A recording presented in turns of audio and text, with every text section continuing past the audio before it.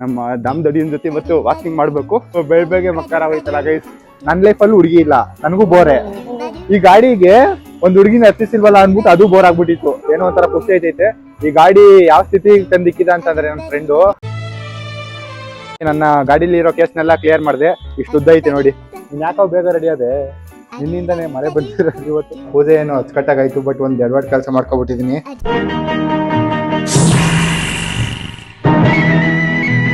ನನ್ನೆಲ್ಲ ಅನ್ನದಾತರಿಗೂ ನನ್ನ ಈ ಪ್ರೀತಿಯ ನಮಸ್ಕಾರ. ಇವತ್ತಿನ ನಮ್ಮ ಬ್ಲಾಗ್ ಅಲ್ಲಿ ನಾವು ನನ್ನ ಬೈಕ್ ಇಸ್ಕೊಬರ್ಬೇಕು. ಏನ್ ಇಷ್ಟೊತ್ತಿಗೆ ಹೋಗಿ ಬೈಕ್ ಇಸ್ಕೊಬರ್ತಾನೆ ಅಂತ ಅನ್ಕೋಬೇಡಿ.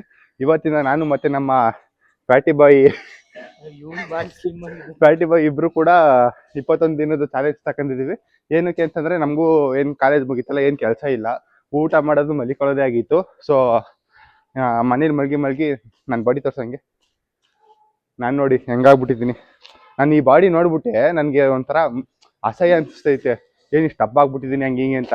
ಇವ್ನು ಹಿಂಗಿದ್ರು ಕೂಡ ಏನು ಅನ್ಸೋದಿಲ್ವಂತೆ. ಬಾರ ಜಿಮ್ ಸೇರ್ಕೊಳ್ಳೋಣ ಅಂತಂದ್ರೆ ಬರಲ್ಲ ಕಣೋ, ನಂಗೆ ಧೈರ್ಯ ಇಲ್ಲ, ಆಮೇಲೆ ಏನಾದ್ರು ನಂಬಿಕೆ ಇಲ್ಲ, ಕಟ್ಬಿಟ್ಟು ಫೀಸ್ನ ಎಲ್ಲಿ ಬರೋದಿಲ್ಲ, ಬಿಟ್ಬಿಡ್ತೀವಿ ಅಂತ ಅಂದ್ಬಿಟ್ಟು ಇವಾಗ 25 ದಿನದ ಚಾಲೆಂಜ್ ತಗೊಂಡಿದೀವಿ. ಅದ್ರಲ್ಲಿ ಏನಾದ್ರು ನಾವು 21 ದಿನನೂ ಕೂಡ ಕರೆಕ್ಟಾಗಿ ಹೋದ್ರೆ ಜಿಮ್ಗೆ ಸೇರ್ಕೋಬೇಕು ಅಂತ. ನಮ್ಮ ದಮ್ ದಡಿಯನ್ ಜೊತೆ ಇವತ್ತು ವಾಕಿಂಗ್ ಮಾಡ್ಬೇಕು. 21 ದಿನ ಆಗಿದ ತಕ್ಷಣ ಜಿಮ್ಗೆ ಸೇರ್ಕೊಬಿಡುವ. ಸೇರ್ಕೊಳ್ಳೋಣ ತಾನೆ? ನೋಡೋಣ. ಹಿಂಗಿದ್ಯಾ ಕಣೋ, ನಮ್ಮೂರವ್ರಿಗೆಲ್ಲ ನಿನ್ನ ಕಡಿದ್ರೆ ಊಟ ಹಾಕ್ಬೋದು. ಇವಾಗ ನಮ್ಮ ಮಾನೆ ಸಾರ್ಗೆ ಓಡಿ ಸಾಕಾಗೋಯ್ತು. ಇವ್ರ ಮನೆಯಿಂದ ಒಂದೇ ಒಂದು ರೌಂಡ್ ಹೊಡೆದಿದ್ದು ಮಕ್ಕಳೆಲ್ಲ ನೋಡಿ ಬೆವ್ರು ಹೆಂಗ್ ನಂದಲ್ಲಿ ನೋಡಿ ಅಪ್ಪಪ್ಪ. ಒಂದೇ ಒಂದು ರೌಂಡ್ ಹೊಡೆದಿದ್ದು ಸಾಕು ಕಣೋ. ನಾನು ನಾಳೆ ಬರ್ಬೇಕಾ ಬರಬಾರ್ದಾ ಹೇಳು? ಇವಾಗ ಇಷ್ಟು ಜಾಸ್ತಿ ಮಾಡ್ಬಿಟ್ರೆ ಒಂದೇ ದಿನಕ್ಕೆ ಹೆಂಗೆ ಅಂತ ಹೇಳ್ತಾನೆ. ಅದಕ್ಕೆ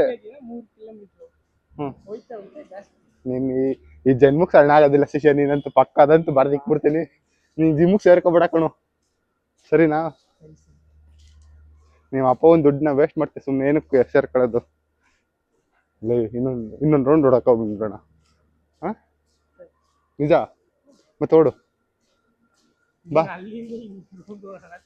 ಅದಪ್ಪು ಕಣೋ. ಇಲ್ಲೆಲ್ಲಿ ಡೌನ್ಗೆ ಬಿದ್ಬಿಟ್ರೆ ಹೊಟ್ಟೈತಿ ಅಂತನಾ? ಸೊ ಗೈಸ್, ಇವಾಗ 3.5 ಕಿಲೋಮೀಟರ್ ಓಡಾಡಿ ಒಂದು 4,000 ಸ್ಟೆಪ್ಸ್ ಹಾಕಿದೀವಿ. ಆಕ್ಚುಲಿ ನಾನು 10,000 ಸ್ಟೆಪ್ಸ್ ಹಾಕ್ಬೇಕು ಅಂತ ಅನ್ಕೊಂಡಿದ್ದು, ಬಟ್ ನಮ್ಮ ಆಕಾಶ್ ಸರ್ ಬೇಡ ಅಂತಂದ್ರೆ. ಯಾವ ಜೊತೆ ಓಡೋಗಿದೆ? ಓಡೋಕೆ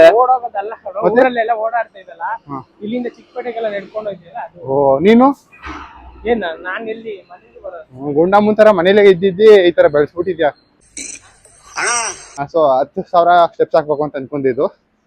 ಸೊ ಆಗಿಲ್ಲ. ಇವಾಗ ಅದಕ್ಕೆ ಹಿಂಗೆ ನಡ್ಕೊಂಡು ಕಟಿಂಗ್ ಶಾಪ್ಗೆ ಹೋಗ್ತಾ ಇದೀವಿ. ಕಟಿಂಗ್ ಮಾಡಿಸ್ಬೇಕಾಯ್ತು ನಾನು. ಕಟಿಂಗ್ ಮಾಡಿಸ್ಬಿಟ್ಟು ಹಂಗೆ ಸೀದಾ ಮನೆಗೆ ಹೋಗ್ಬಿಡುವ ಅಂತ.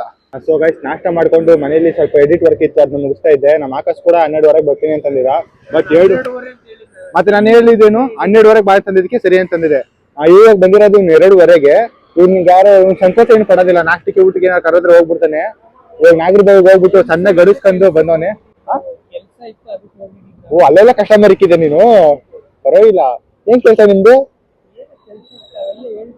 ಹೌದಾ, 7 ಕೆಲಸ ನಿಮ್ದು, ನೀವ್ ಅರ್ಥ ಮಾಡ್ಕೊಳ್ಳಿ. ಸೊ ಇವಾಗ ನನ್ಗೆ ಯಾವ ಗ್ಯಾರೇಜ್ ಅಂತಾನು ಕೂಡ ಗೊತ್ತಿಲ್ಲ. ನನ್ನ ಮಾವನ್ ಕೈ ಕೊಟ್ಬಿಟ್ಟಿದೆ. ಗಾಡಿ ರೆಡಿ ಆದ್ಮೇಲೆ ನಾನು ಅವ್ರಿಗೆ ಬರೋದು ಅಂತ. ನಮ್ಮ ಮಾವ 12ವರೆಗೆಲ್ಲ ಬಂದಿತ್ತು. ಇವನು ಬಂದಿಲ್ವಲ್ಲ, ಬರ್ತೀನಿ ಅಂದ್ಬಿಟ್ಟು ಕಾಗೆ ಆರಿಸಿದ್ನಲ್ಲ. ಸೊ ಅದಕ್ಕೆ ನಾವು ಕೆಲ್ಸಕ್ಕೆ ಹೋಗ್ಬಿಡು, ನಾನು ಇಸ್ಕೊಂತೀನಿ ಅಂತಂದಿದೆ. ಇವಾಗ ಇಲ್ಲಿ ಬಂದಿದ್ದೀನಿ. ನಮ್ಮ ಮಾವ ಯಾವ ಎಷ್ಟು ಅಂಗಡಿ ಐತಿ ಕಣ ಅಂದ್ರೆ ಅವ್ರೇ ಅವ್ರನ್ನ ಆಚೆ ಬಾ ಅಂತ ಹೇಳ್ತೀನಿ. ಇವಾಗ ಅವರೇ ಬಂದ್ಬಿಟ್ಟು ಕರ್ಕೊಂಡು ಹೋಗ್ತಾರೆ. ಬರದಾ? ಹೆಂಗೈತೆ ಪ್ಲಾನ್?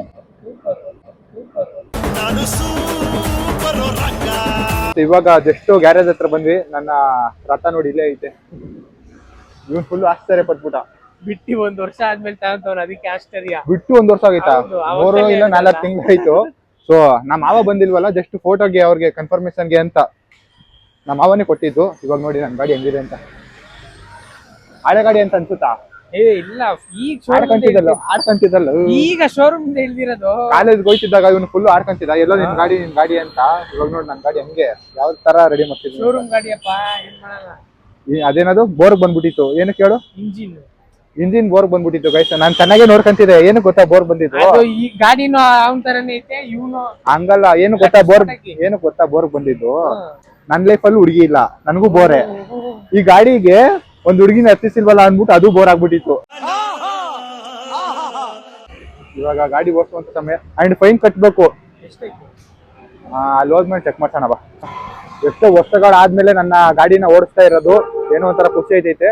ಈ ಗಾಡಿ ಯಾವ ಸ್ಥಿತಿ ತಂದಿಕ್ಕಿದ ಅಂತಂದ್ರೆ ನನ್ನ ಫ್ರೆಂಡು ಫೋಟೋಸ್ ಮತ್ತೆ ವಿಡಿಯೋಸ್ಗಳನ್ನ ಹಾಕ್ತೀನಿ ನೋಡಿ.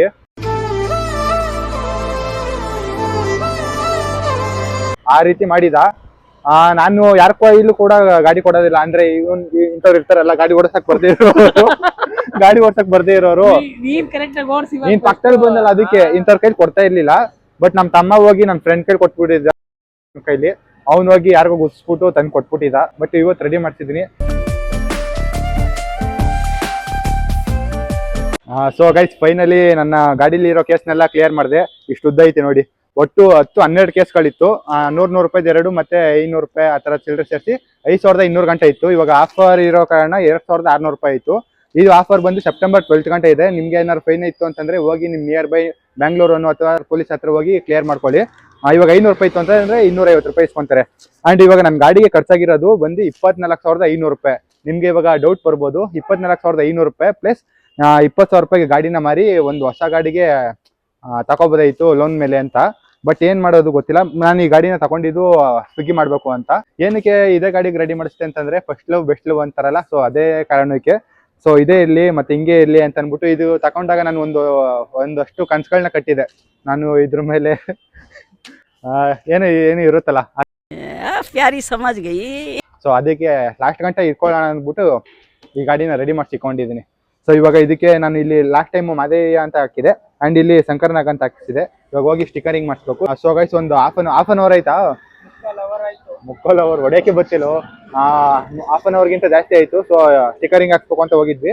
ಶಂಕರ್ನಾಗ್ ಅವ್ರದ್ದು ನಾನು ಏನ್ ತೋರ್ಸೋದು ನಾನು ಡಿಸೈನ್ ಸಿಕ್ಕಿಲ್ಲ. ನಮ್ಮ ತಮ್ಮವ್ರ ಫ್ರೆಂಡ್ ಒಬ್ರು ಇದಾರಂತೆ. ಒಂದು ಹಾಫ್ ಅನ್ ಅವರ್ ಬಿಟ್ಬಿಟ್ಟು ಆಮೇಲೆ ಬಾ ಊಟಕ್ಕೆ ಹೋಗಿದ್ದೀನಿ ಅಂತಂದ್ರು. ಸೊ ಅದಕ್ಕೆ ಆಮೇಲೆ ಹೋಗ್ಬೇಕು. ಮನೆಗೆ ಹೋಗ್ತಿದ್ದೀನಿ. ಇವ್ನ ಮನೆಗೆ ಬಿಟ್ಬಿಟ್ಟು ಹುಷಾರಾಗಿ ಹೋಗು. ಮತ್ತೆ ಇವಾಗ ಮನೆ ಹತ್ರ ಬಂದಿಲ್ವಾ? ಫೈನಲಿ ನಮ್ಮ ತಮ್ಮನೇ ಹಾಕ್ಸ್ಕೊಟ್ಟ. ಮಾದಯ್ಯ ಅಂತ ಹಾಕ್ಸಿದ್ದೀನಿ. ಮಾದಯ್ಯ ಅಂತಂದ್ರೆ ಬೇರೆ ಯಾರು ಅಲ್ಲ, ನನ್ನ ಮನೆ ದೇವರು ಅಂತಂದ್ರೆ ನನ್ನ ಫೇವ್ರೇಟ್ ಪರ್ಸನ್ ಮಲೆ ಮಾದೇಶ್ವರ ಸ್ವಾಮಿಗಳು. ನಮ್ಮ ಮನೇಲೂ ಹೇಳ್ತಾರೆ ಮಾದೇಶ್ವರ ಮಾದಪ್ಪ ಆ ಥರ ಹಾಕ್ಸು ಅಂತ. ಬಟ್ ನನಗೆ ಮಾದಯ್ಯ ಅನ್ನೋ ಹೆಸರೇ ಇಷ್ಟ. ಬಿಕಾಸ್ ಏನಕ್ಕೆ ಅಂತಂದ್ರೆ ಅವ್ರಿಗೆ ಚಿಕ್ಕ ವಯಸ್ಸಲ್ಲಿ ಮರಿದೇವ ಅಂತ ಇರುತ್ತೆ. ಪ್ರಭುಲಿಂಗೇಶ್ವರ ಸ್ವಾಮಿಗಳು ಮರು ನಾಮಕರಣ ಮಾಡುವಾಗ ಮಾದಯ್ಯ ಅಂತ ಇಡ್ತಾರೆ. ಸೊ ಅದಕ್ಕೆ ನನಗೆ ಮಾದಯ್ಯ ಅಂತಾನೆ ಇಷ್ಟ. ಎಲ್ಲಾ ಕಡೆನೂ ನಾನು ಮಾದಯ್ಯ ಅಂತಾನೆ ಆಲ್ಮೋಸ್ಟ್ ಬಳಸೋದು. ಆ್ಯಂಡ್ ಈ ಸೈಡ್ ಬಂದ್ರೆ ನಮ್ಮ ಕರ್ನಾಟಕದ ಫ್ಲಾಗ್ ಜೊತೆ ನಮ್ಮ ಸಂಕ್ರಾಂತವ್ರನ್ನು ಕೂಡ ಹಾಕ್ಬಿಟ್ಟಿದ್ದೀನಿ. ಇವಾಗ ದೇವಸ್ಥಾನಕ್ಕೆ ಹೋಗ್ಬೇಕು. ಮಳೆ ಬೇರೆ ಬರಂಗ್ ಆಗ್ಬಿಟ್ಟೈತೆ, ಲೇಟ್ ಆಗ್ಬಿಟ್ಟೈತೆ. ಇವಾಗ ಸ್ನಾನ ಮಾಡ್ಕೊಂಡು ಹೂನಾರ ಹಿಂಗೆ ತಗೋಣಲ್ಲ, ಹೂನಾರ ತಗೊಂಡು ಹೋಗಿ ಹಂಗೆ ಪೂಜೆ ಮಾಡ್ಸಕ್ಕಂತ ಹೋಗುವ. ಗಾಡಿ ಎತ್ಬೇಕು ಅನ್ನೋಷ್ಟರಲ್ಲಿ ಜೋರಾಗಿ ಮಳೆ ಬಂದ್ಬಿಡ್ತು. ಸದ್ಯ ಇಲ್ಲಿ ಬಂದಿದ್ದಕ್ಕೆ ಏನು ಒಳ್ಳೇದಾಯ್ತು. ಸೈಡಲ್ಲಿ ನಿಂತಿದ್ವಿ. ಹೋಗುವಾಗ ದಾರಿ ಮಧ್ಯದಲ್ಲಿ ಏನಾದ್ರು ಬಂದ್ಬಿಟ್ಟಿದ್ರೆ ಕಷ್ಟ ಆಗ್ತಿತ್ತು, ನೆನ್ಕೊಬಿಡ್ತಿದ್ವಿ. ಇನ್ನೊಂದು 10 ನಿಮಿಷ ವೆಯ್ಟ್ ಮಾಡ್ಬಿಟ್ಟು ಹೋಗುವ. ತುಂಬಾ ಜೋರಾಗಿ ಬರ್ತೈತೆ ಮಳೆ. 1 ಅವರ್ಗಿಂತ ಜಾಸ್ತಿ ಅಲ್ಲಿ ವೆಯ್ಟ್ ಮಾಡಿದೆ ಮಳೆ ನಿಲ್ಲುತ್ತೆ ಅಂತ. ಬಟ್ ಮಳೆ ನಿಂತಿರ್ಲಿಲ್ಲ.